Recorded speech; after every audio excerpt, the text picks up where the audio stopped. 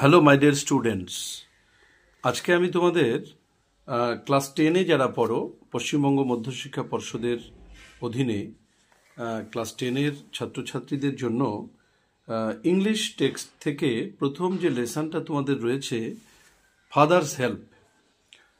Father's help এটা একটা খুব সুন্দর মনস্তাত্ত্বিক বিষয়ের উপরে লেখা গল্প। আর.কে. নারায়ণ আমাদের ভারতীয় ইংলিশ লেখক, ভারতীয় অথচ ইংরেজিতে প্রচুর তিনি লিখেছেন, বিশেষত তার মালগুডি ডেস, যেখান থেকে এই টেক্সটটি নেওয়া হয়েছে। এটা অত্যন্ত জনপ্রিয় একটি তার সৃষ্টি মালগুডি ডেস। এখান থেকে তার ফাদার্স হেল্প এই গল্পটি আমরা পেয়েছি। এটা একটা মনস্তাত্ত্বিক বিষয়। একটা শিশুর যে মন, সে সবসময় স্কুলে যেতে চায় না, এরকম যে তার একটা মানসিকতা, তার পেছনে অনেকগুলো কারণ থাকে। তার মধ্যে অন্যতম একটা হচ্ছে যে সে একটা অলসতা এবং পড়া ভালো না লাগা, স্কুল ভালো না লাগা, আর সেজন্য সে কতগুলো অজুহাত খাড়া করে। এই বিষয়টাকে নিয়ে যে গল্পটা লিখেছেন, এটা নিশ্চয়ই তোমরা এতদিনে গল্পটা অবগত হয়েছ। আমার এর আগের ভিডিওতেও আমি এটা জানিয়েছি। আজকে আমি সংক্ষিপ্তভাবে এই ফাদার্স হেল্প গল্প থেকে যে মাল্টিপল চয়েস কোশ্চেন হয়, অর্থাৎ যে বহু উত্তর ভিত্তিক যে প্রশ্ন, সেখান থেকে যেটা উত্তর সঠিক সেটা বেছে নিয়ে আমাদের টিক চিহ্ন দিতে হবে এবং তাতে ফুল নম্বর পাওয়া যাবে।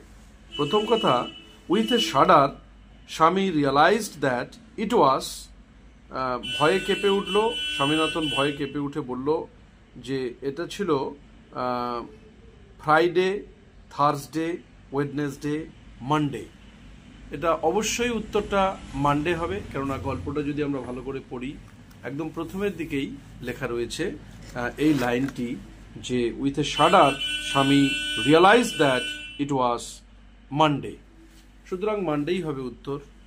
আমরা আরেকটা জায়গাতে পাবো, when Swami ought to have been in the school prayer hall, he was lying on the bench হবে না বেড হবে না টেবিল হবে না ডেস্ক হবে, এই চারটা দেওয়া আছে। এখানেও নিশ্চয়ই উত্তরটা হবে বেঞ্চ, অর্থাৎ যখন স্বামীর স্কুলের প্রার্থনা হলে থাকা উচিত ছিল, তখন সে শুয়েছিল কোথায়? বেঞ্চের উপরে, বেডের উপরে, না টেবিলের উপরে, না ডেস্কের উপরে? অবশ্যই উত্তরটা বেঞ্চ হবে।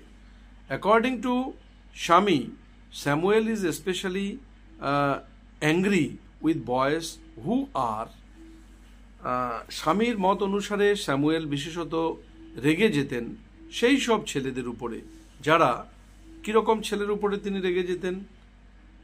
স্যামুয়েল তার স্কুলের টিচার, তোমরা নিশ্চয়ই জানো। তা এই স্যামুয়েল কীরকম পরিস্থিতিতে রেগে যেতেন? যখন ছেলেরা অ্যাবসেন্ট থাকতো, নাকি ইনঅ্যাটেন্টিভ থাকতো, না লেট থাকতো, না ইনডিসিপ্লিন থাকতো? কখন তিনি খেপে যেতেন? বিশেষত আমরা জানি যে লেট যারা, তাদের জন্য তিনি কিন্তু খেপে যেতেন। অর্থাৎ তার রাগটা ছিল বিলম্বে যারা আসে, দেরিতে যারা আসে, তাদের জন্য। এটা কিন্তু মনে রাখবে যে যতটা সত্যি তার থেকে একটু বেশি করে বলা স্বামীর কথা, যে স্যামুয়েল স্যার দেরিতে গেলে প্রচণ্ড রেগে যান। অর্থাৎ আজকে তার দেরি হয়েছে, সে আর স্কুলে যেতে চাইছে না। স্বামীনাথনস মাদার ওয়াজ, আচ্ছা, স্বামীনাথনের মা কেমন ছিলেন? স্ট্রিক্ট, কঠোর, অ্যাংরি মানে রাগী, লিনিয়েন্ট মানে সদয়, এবং ফুলিশ মানে বোকা। তাহলে কোনটা ছিলেন? হ্যাঁ, স্বামীর মা নিশ্চয়ই লিনিয়েন্ট হবেন, অর্থাৎ সদয়, যেটাকে আমরা স্ট্রিক্টের অপোজিট ওয়ার্ড হচ্ছে লিনিয়েন্ট। লিনিয়েন্ট মানে হচ্ছে সদয়। কেননা স্বামীর মা কিন্তু বলেছিল ঠিক আছে, তাহলে আজকে আর যেতে হবে না, স্টে অ্যাট হোম, এই কথাটা তিনি বলেছিলেন। স্বামী should have been in the school prayer হল অ্যাট, স্বামীর স্কুলের প্রেয়ার হলে কটার সময় যাওয়ার কথা? 10 o'clock, 9 o'clock, 9:30 o'clock, নাকি 9:15 o'clock? কটার সময়? 10টায়, 9টায়, না 9:30, না 9:15? এটা ভাবতে হবে আমাদের। তাহলে এটা অবশ্যই 9:30 হবে, কেননা টেক্সটে কিন্তু এই কথাটাই লেখা রয়েছে যে প্রেয়ার হলে তার থাকা উচিত ছিল 9:30 সময়। দ্য পার্সন হু অর্ডার্ড স্বামী two dress and to go to school is, the person who ordered স্বামী, যে ব্যক্তি স্বামীকে অর্ডার করেছিল ড্রেস করার জন্য এবং স্কুলে যাওয়ার জন্য, ইজ সেই ব্যক্তি কে, তিনি তার কে, তার হেডমাস্টার, না স্বামীজ ফাদার, না মিস্টার স্যামুয়েল, না মিসেস স্যামুয়েল? এটা উত্তর আমাদের সঠিকভাবে নির্বাচন করতে হলে গল্পটাতে একটু যদি আমরা চোখ বুলিয়ে নেই তাহলেই আমরা বুঝতে পারবো যে এই কথা বলেছেন স্বামীজ ফাদার। স্বামীর বাবা খুব কঠোর মনোভাবপন্ন ব্যক্তি এবং উনি এই কথাটি বলেছিলেন। Swami's father asked Swami if, স্বামীর বাবা তাকে বলেছিল, জিজ্ঞাসা করলেন যে he had no school that day, তার কি স্কুল নেই? He had no school today, there was a holiday in the school, he wanted to stay in his home that day. এগুলো কোনোটাই হবে না, উত্তরটা হচ্ছে he had no school that day, অর্থাৎ ইফ হি হ্যাড, অর্থাৎ তার সেদিন স্কুল ছিল কিনা এই কথাটাই কিন্তু স্বামীর বাবা তাকে জিজ্ঞাসা করেছিল।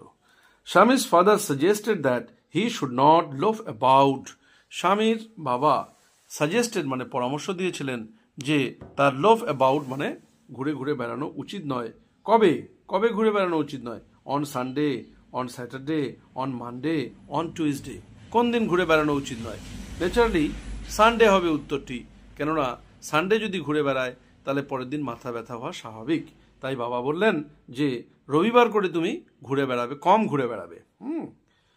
The name of Swami's teacher is, স্বামীর টিচারের নাম মিস্টার জন, মিসেস জন, মিস্টার স্যামুয়েল, মিসেস স্যামুয়েল। কোনটা উত্তর?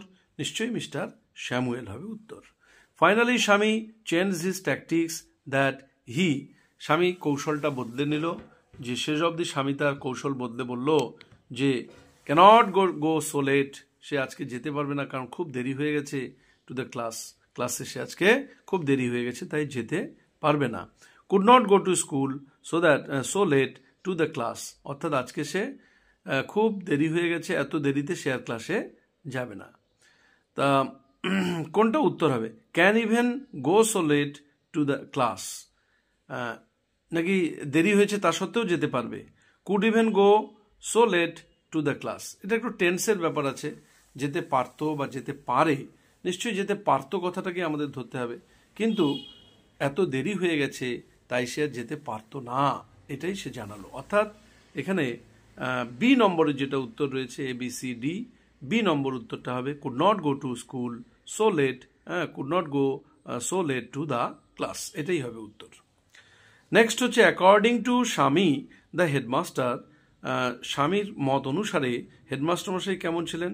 ডিসলাইকড স্যামুয়েল, অ্যাডমায়ার্ড স্যামুয়েল, অর্থাৎ স্বামীকে অপছন্দ করতেন। অ্যাডমায়ার্ড মানে স্বামীকে খুব প্রশংসা করেছিলেন। ওয়াজ ইনডিফারেন্ট টু স্যামুয়েল, স্যামুয়েলের প্রতি উদাসীন ছিলেন। Was afraid of Samuel, headmaster স্বামীর কথা অনুযায়ী হেডমাস্টার নিজেও স্যামুয়েলকে ভয় পেতেন। এই যে কথাটা তার মধ্য দিয়ে আমরা জানতে পারি তার কাছ থেকে, সেটাই কিন্তু আমাদের এখানে উত্তর দিতে হবে। ওয়াজ অ্যাফ্রেড অফ স্যামুয়েল, অর্থাৎ এখানে ডি নম্বর প্রশ্নটার উত্তরটাই সঠিক।